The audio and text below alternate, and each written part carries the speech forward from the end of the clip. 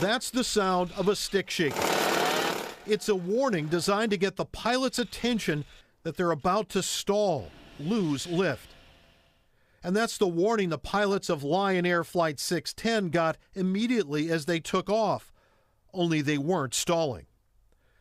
The presence of the stick shaker is one of the revelations coming from the preliminary accident report into the Lion Air crash. And much of the analysis comes from what the airplane was telling them as recorded by a sophisticated flight data recorder, one of the plane's 2 black boxes and the only one recovered so far from the Java Sea. The plane thought it was in a stall because of bad information coming from a pair of these, the angle of attack sensors that were feeding conflicting information into a system unique to the MAX, called MCAS, which was designed to prevent the plane from stalling by making the horizontal stabilizer in the back of the plane move in a direction to bring the nose down. But the bad instrument data led to a battle between the pilots and the airplane itself. On the orange line, you can see how the MAX, thinking it was stalling, tried to push the nose down, and pilots on the blue line tried to pull the nose up.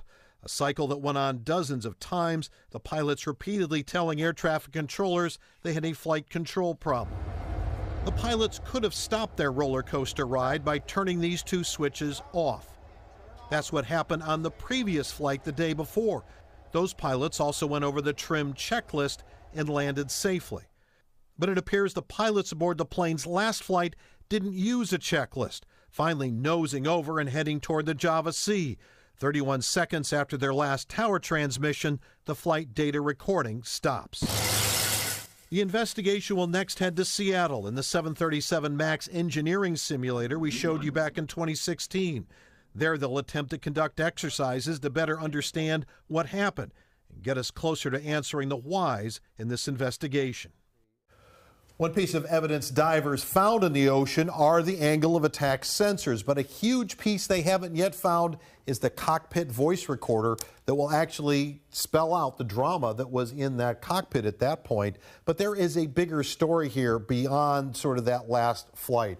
There were 3 days of maintenance that preceded this, were things, I mean, they had other instruments that were also going haywire on them. They were basically flying blind without being, except for being able to see out the window. They actually asked for airspace so they wouldn't potentially, they didn't know where they were in terms of their altitude. Wow. So there were a lot of other things going on here, but also the safety culture at Lion Air is also changing as well, because they went back and said that other crew that faced this got the problem resolved. That was a good thing. They said they should have gone back to the airport. They should not have completed that flight. So, Glenn, does this address the issue of this new system unique to the MAX that pilots say the safety system. They didn't say they knew it existed? They didn't know it existed. We've talked to pilots from American and Southwest in particular. They're flying, among others, that are flying the MAX in the country. They say, now that we know, and this happens, that we know exactly what to do. Kill those switches, go ahead and land the plane. But one of the other things that came up here on that previous flight is that checklist didn't say, cut the flight short, go ahead and land. So there's going to be some revisions coming out of this. I think bottom line, people want to know, with so many of these planes in the pipeline, so many of these planes flying, are they safe, bottom line? They're safe because now everybody knows. So if you have this, I mean, so much of what pilots go through is knowing, that's what they practice for. That's what the simulators are for, hours and hours and hours on that. Now that they know this, they can deal with it. Glenn, thank you.